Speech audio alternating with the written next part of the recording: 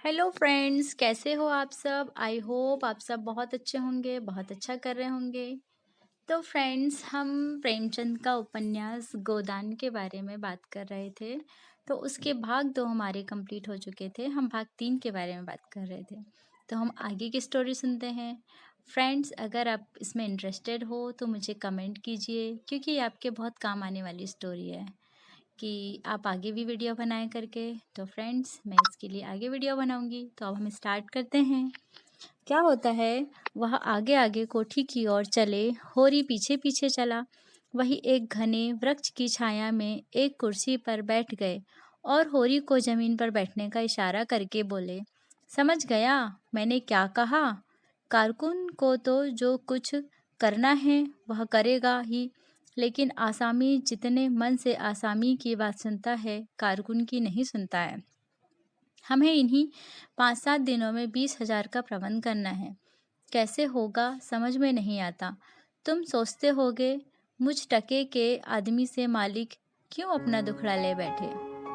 जिससे अपने मन की कहूँ, ना जाने क्यों तुम्हारे ऊपर विश्वास होता है। इतना जानता हूँ कि तुम मन में मुझ पर हंसोगे नहीं, और हंसो भी तो तुम्हारी हंसी में बर्दाश्त कर सकता हूँ।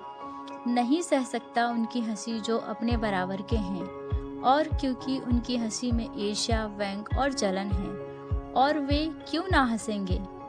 मैं भी तो उनकी दुर्दशा और विपत्ति और पतन पर हंसता हूँ। दिल खोल कर तालियां बजाकर संपत्ति और सहृदयता में बैर है। हम भी दान देते हैं, धर्म करते हैं, लेकिन जानते हो क्यों? केवल अपने बराबर वालों को नीचा दिखाने के लिए। हमारा दान और धर्म कोरा अहंकार है, विशुद्ध अहंकार। हम में से किसी पर डिग्री हो जाए, कुर्की आ जाए, बकाया मालगुजारी की इल्लत में हवालात हो जाए, किसी का जवान बेटा मर जाए, किसी की विधवा बहू निकल जाए, किसी के घर में आग लग जाए, कोई किसी वैश्य के हाथों उल्लू बन जाए, या अपने आसामियों के हाथों पिट जाए, तो उसके और सभी भाई उस पर हंसेंगे, बगले बजाएंगे, मानो सारे संसार की संपदा मिल गई है, और मिलेंगे तो इतने प्रेम से जैसे हमारे पसीने की जगह खून बहाने को तैयार है। अरे और तो और हमारे चचेरे, फुफेरे, ममेरे, मौसेरे भाई जो इसी रियासत की बदौलत मौज उड़ा रहे हैं, कविता कर रहे हैं और जुए खेल रहे हैं, शराब पी रहे हैं, अय्यासी कर रहे हैं, वह भी मुझसे जलते हैं। आज मर जाऊं तो घी के चिराग जलाएं। मेरे दुख को दुख समझने वाला कोई नहीं। उनकी नज़रों में मुझे दुखी होने का कोई अधिकार ही नहीं। मैं अगर रोता हूँ तो दुख की हंसी उड़ाता हूँ। मैं अगर बीमार होता हूँ तो मुझे सुख होता है। मैं अगर अपना ब्याह करके घर में कलह नहीं बढ़ाता तो यह मेरी नीच स्वार्थपरता है। अगर ब्याह कर लूँ तो वह विलासांधता होगी। अगर शराब नहीं पीता तो मेरी कंजूसी है। शराब पीने लगूं तो वह प्रजा का रक्त होगा। अगर अय्यासी नहीं करता तो आर्सिक हूँ। अय्यासी करने लगूं तो कहना ही क्या। इन लोग विलास में फंसाने के लिए कम चालें नहीं चली और अब तक चलते आए रहे हैं। उनकी यह इच्छा है कि मैं अंधा हो जाऊं और ये लोग मुझे लूट ले, और मेरा धर्म यह है कि सब कुछ देखकर भी कुछ ना देखूं, सब कुछ जानकर भी गधा बना रहूं। राय साहब ने गाड़ी को आगे बढ़ाने के लिए 2 बीड़े पान खाए और होरी के मुंह की ओर ताकने लगे, जैसे उसके मनोभावों को पढ़ना चाहते हो। होरी ने साहस बटोर कर कहा, हम समझते थे कि ऐसी बातें हम ही लोगों में होती हैं, पर जान पड़ता है बड़े आदमियों में भी उनकी कमी नहीं है। राय साहब ने मुंह पान से भरकर कहा, तुम हमें बड़ा आदमी समझते हो। हमारे नाम बड़े हैं पर दर्शन थोड़े। गरीबों में अगर ईर्ष्या या बैर है तो स्वार्थ के लिए या पेट के लिए। ऐसी ईर्ष्या और बैर को मैं क्षम्य समझता हूँ। हमारे मुंह की रोटी कोई छीन ले तो उसके गले में उंगली डालकर निकालना हमारा धर्म हो जाता है। अगर हम छोड़ दें तो देवता हैं। बड़े आदमियों की ईर्ष्या और बैर केवल आनंद के लिए है। हम इतने बड़े आदमी हो गए हैं कि हमें नीचता और कुटिलता में भी निस्वार्थ और परम आनंद मिलता है।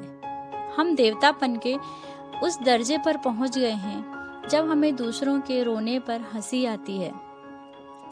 इसे तुम छोटी साधना मत समझो। जब इतना बड़ा कुटुंब है तो कोई ना कोई तो हमेशा बीमार रहेगा ही, और बड़े आदमियों के रोग भी बड़े होते हैं। वह बड़ा आदमी ही क्या, जिसे कोई छोटा रोग हो, मामूली ज्वर भी आ जाए तो हमें सरसाम की दवा दी जाती है। मामूली गुंसी भी निकल आए तो वह जहरबाद बन जाती है। अब छोटे सर्जन और मझोले सर्जन और बड़े सर्जन तार से बुलाए जा रहे हैं। मसीहुल मुल्क को लाने के लिए दिल्ली आदमी भेजा जा रहा है, भिस्गाचार्य को लाने के लिए कलकत्ता। उधर देवालय में दुर्गा पाठ हो रहा है और ज्योतिषाचार्य कुंडली का विचार कर रहे हैं और तंत्र के आचार्य अपने अनुष्ठान में लगे हुए हैं। राजा साहब को यमराज के मुंह से निकालने के लिए दौड़ लगी हुई है। वैद्य और डॉक्टर इस ताकत में रहते हैं कि कब इनके सिर में दर्द हो और कब उनके घर में सोने की वर्षा हो। और ए रुपए तुमसे और तुम्हारे भाइयों से वसूल किए जाते हैं भाले की नोक पर। मुझे तो यही आश्चर्य होता है कि तुम्हारी आहों का दवा नल हमें भस्म नहीं कर डालता। मगर नहीं, आश्चर्य करने की कोई बात नहीं। भस्म होने में तो बहुत देर नहीं लगती, वेदना भी थोड़ी ही देर की होती है। हम जो और अंगुल अंगुल और पोर पोर भस्म हो रहे हैं, उस हाहाकार से बचने के लिए हम पुलिस की, हुक्काम की, अदालत की, वकीलों की शरण लेते हैं और रूपवती स्त्री की भांति सभी के हाथों का खिलौना बनते हैं।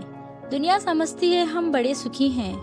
हमारे पास इलाके, महल, सवारियां, नौकर चाकर, कर्ज, वैश्याएं क्या नहीं है, लेकिन जिसकी आत्मा में बल नहीं, अभिमान नहीं, वह और चाहे कुछ हो आदमी नहीं है। जिसे दुश्मन के भय के मारे रात को नींद ना आती हो, जिसके दुख पर सब हंसे और रोने वाला कोई ना हो, जिसकी चोटी दूसरों के पैरों के नीचे दबी हो, जो भोग विलास के नशे में अपना बिल्कुल भूल गया हो, जो हुक्काम के तलवे चाटता हो और अपने अधीनों का खून चूसता हो, मैं उसे सुखी नहीं करता। वह तो संसार का सबसे अभागा प्राणी है साहब। शिकार खेलने आए या दौरे पर, मेरा कर्तव्य है कि उनकी दुम के पीछे लगा रहूं। उनकी भौहों पर शिकन पड़ी और हमारे प्राण सूखे। उन्हें प्रसन्न करने के लिए हम क्या नहीं करते, मगर वह पचड़ा सुनाने लगूं तो शायद तुम्हें विश्वास ना आए। डालियों और रिश्वतों तक तो खैर गनीमत है, हम सिजदे करने को भी तैयार रहते हैं। मुफ्तखोरी ने हमें अपंग बना दिया है। हमें अपना पुरुषार्थ पर लेश मात्र भी विश्वास नहीं। केवल अफसरों के सामने दुम हिला हिलाकर किसी तरह उनके कृपा पात्र बने रहते हैं और उनकी सहायता से अपने प्रजा पर आतंक जमाना ही हमारा उद्यम है। पिछलगुओं की खुशामदों ने हमें इतना अभिमानी और तुनक मिजाज बना दिया है कि हमें शील, विनय, सेवा का लोप हो गया है। मैं तो कभी कभी सोचता हूँ कि अगर सरकार हमारे इलाके छीन कर हमें अपनी रोजी के लिए मेहनत करना सिखा दे तो हमारे साथ महान उपकार करे, और यह तो निश्चय है कि अब सरकार भी हमारी रक्षा ना करेगी। हमसे अब इसका कोई स्वार्थ नहीं निकलता।